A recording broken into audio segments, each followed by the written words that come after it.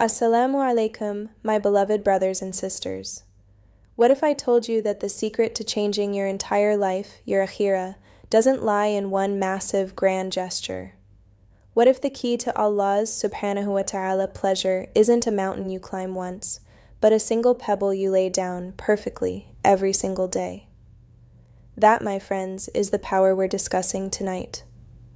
The power of consistency. Our beloved Prophet, peace and blessings of Allah be upon him, gave us this life-changing principle. He said, "Ahabbul a'mali ila Allahi adwamuha wa in qalla." The most beloved deeds to Allah are those that are consistent, even if they are small. This wasn't just a theory, it was his life. When his wife, Aisha, radiallahu anha, was asked to describe his actions, she didn't say, "He did special things on special days." No, she used one famous word. She said his actions were dimat, like a steady, constant rain. When he did something, he did it every single day of his life. This is the entire concept of a wird. A wird is a daily portion, a portion of Quran, a portion of dhikr, remembrance, that you never leave. What does consistency truly mean? It means this habit is so important, so non-negotiable, that if you miss it, you feel the loss. You compensate for it. You make it up later. If the Prophet, peace and blessings of Allah be upon him, missed his daily sunnah prayers, he would pray them later. If he missed his night prayer, he would make it up during the daytime. Why? Because these were the pillars of his day. They never changed, they never moved, they never swayed. When you do something small consistently, you won't see the effect on day one. But there is a compound effect. Every mountain on earth began with a single pebble, then another and another. Before you know it, a mountain stands before you. That is how the Prophet's peace and blessings of Allah be upon him worship was. The action plan. How to build your mountain. So how do we copy this? How do we embody this prophetic model? Step 1. Be realistic. Don't try to climb the mountain in one day. The Prophet, peace and blessings of Allah be upon him, himself gave us this advice. He said, "Iklafu min al-a'mali ma tutiqun, fa inna Allah la yamallu hatta tamallu." Take on only the deeds that you can realistically do, for Allah does not get bored, but you will get bored. Don't overdo it. Start with one small thing you know you can do. Then, hold yourself to account and build upon it. Step 2. Create a system of accountability. This is the deeper question. How do you build a habit that sticks? There's a very popular book called Atomic Habits by James Clear. It's a brilliant book on this exact idea. And yes, he is not Muslim, but we take wisdom from wherever we find it. Our Prophet, peace and blessings of Allah be upon him, said, "Al-hikmatu dallatul mu'min, fahaythu wajadaha fahuwa ahaqqu biha." Wisdom is the lost property of the believer. Wherever he finds it, he is more deserving of it. The most effective way to build a habit, as this book and our own tradition shows, is to create a sense of accountability. Let's make this practical. Action plan for Quran. We all try in Ramadan. We read the Quran every day. After Ramadan, it vanishes.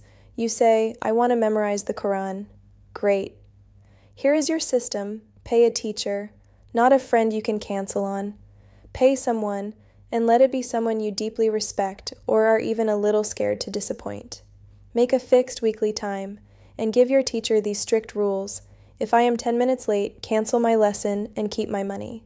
If I miss 4 lessons in a row, never talk to me again. Create consequences. I promise you, even if you are the laziest person, you will turn up.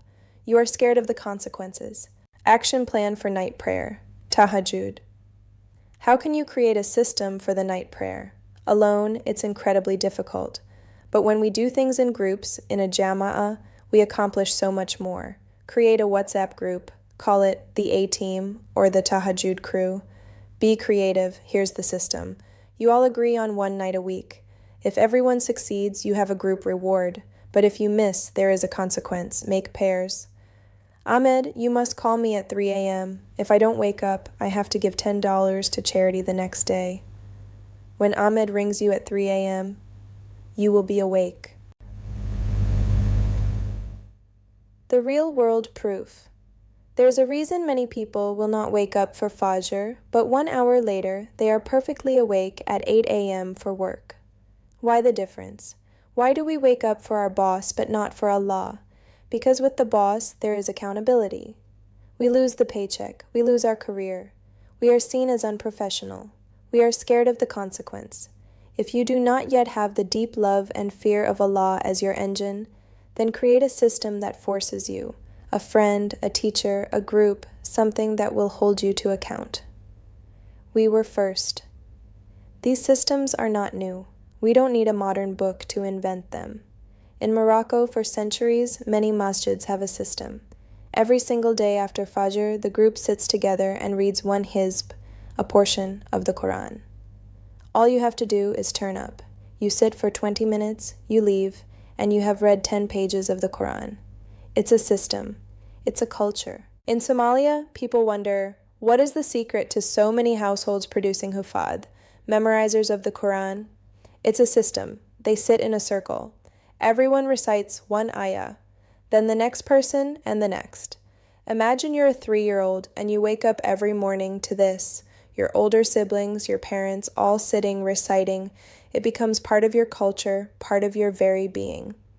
When you're in a circle, it's easy to join. When you're alone with your distractions, you will probably forget. So let's be clear. These authors are late to the party. The Moroccans and the Somalis were mastering atomic habits 700 years ago. We have been developing habits since before their grandparents were born. Your final action plan is this. Revive these systems. Embed them in your life. Find a circle of dhikr. Create a WhatsApp group for Quran revision. Find a teacher you respect. The Prophet's peace and blessings of Allah be upon him. Deeds were consistent because they were preserved by systems that forced him to do it. Even on a day he didn't feel like it. Start today. Find your system. Lay down your first pebble. And then do it again tomorrow.